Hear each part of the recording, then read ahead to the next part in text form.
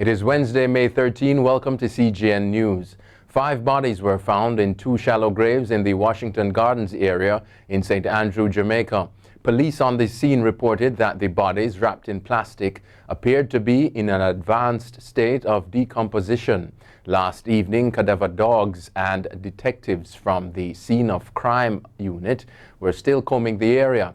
Investigators were seeking to determine whether the bodies are of men reported missing from Clarendon over a month ago. However, Assistant Commissioner of Police Fitz Bailey said they are waiting on the outcome of the post-mortems to further guide the probe. Grappling with the effects of COVID-19 is going to cost Trinidad and Tobago a pretty penny. Finance Minister Combe Imbert says the country has already spent close to $1 billion in its efforts to combat the virus. The country is expected to spend a total of $6 billion. Imbert said projections up to 2023 have been forecasted, and the ministry is satisfied that there is more than adequate financing available.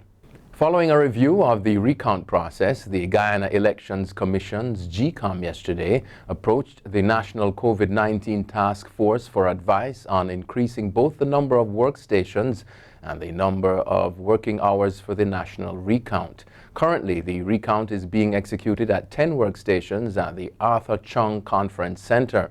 The entire process was proposed to be completed within 25 days, but so far there has been an average of less than 50 ballot boxes recounted each day. At that rate, the Commission would need twice as many days to process the 2,339 boxes generated at the March 2, 2020 elections. International news now. A top World Health official Monday warned that countries are essentially driving blind in reopening their economies without setting up strong contact tracing to beat flare-ups of the coronavirus. The warning came as France and Belgium emerged from lockdowns. The Netherlands sent children back to school, and many U.S. states pressed ahead with the lifting of business restrictions. Authorities have cautioned that the scourge could come back with a vengeance without widespread testing and tracing of infected people's contacts with others. There are reported infections in Germany, where new clusters were linked to 3 slaughterhouses, in Wuhan, the Chinese city where the crisis started, and in South Korea, where a single nightclub customer was linked to 85 new cases. The World Health Organization's emergencies chief, Dr. Michael Ryan, said robust contact tracing measures adopted by Germany and South Korea provide hope that those countries can detect and stop virus clusters before they get out of control. Worldwide, the virus has infected a confirmed 4.1 million people and killed more than 280,000. Saudi Arabia announced Monday it was tripling taxes on basic goods, raising them to 15% and cutting spending on major projects by around $26 billion as it grapples with blows from the coronavirus pandemic and low oil prices on its economy. Saudi citizens will also lose a bonus cost of living allowance that had been in place since 2018, according to the country's finance minister. Despite efforts to diversify the economy, the kingdom continues to rely heavily on oil for revenue. Brent crude now hovers around $30 a barrel, far below the range of Saudi Arabia needs to balance its budget. The kingdom has also lost revenue from the suspension of Muslim pilgrimages to the holy cities of Mecca and Medina, which were closed to visitors due to the virus. The new measures are the most drastic yet by a major Gulf Arab oil producer, since oil prices plunged by more than half in March, signaling that neighboring countries may also seek to impose higher taxes on residents this year.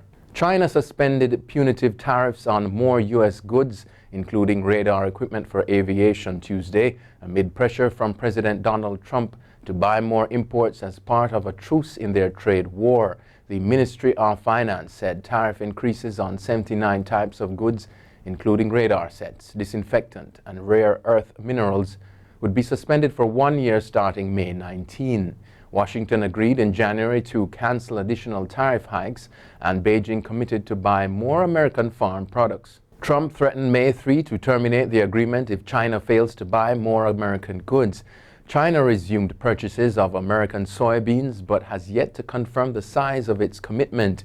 The two sides have raised duties on tens of billions of dollars of each other's imports in a dispute over China's technology ambitions and trade surplus. The number of people who were killed in a militant attack on a maternity ward in the Afghan capital of Kabul has risen to 24.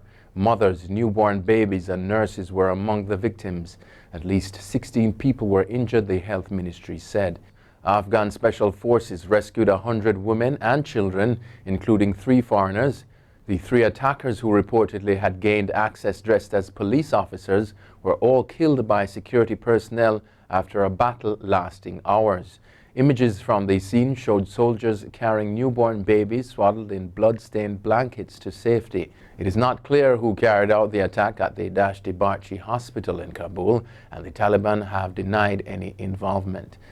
That's it for CGN News. Thanks for watching. I'm Scott Wilson.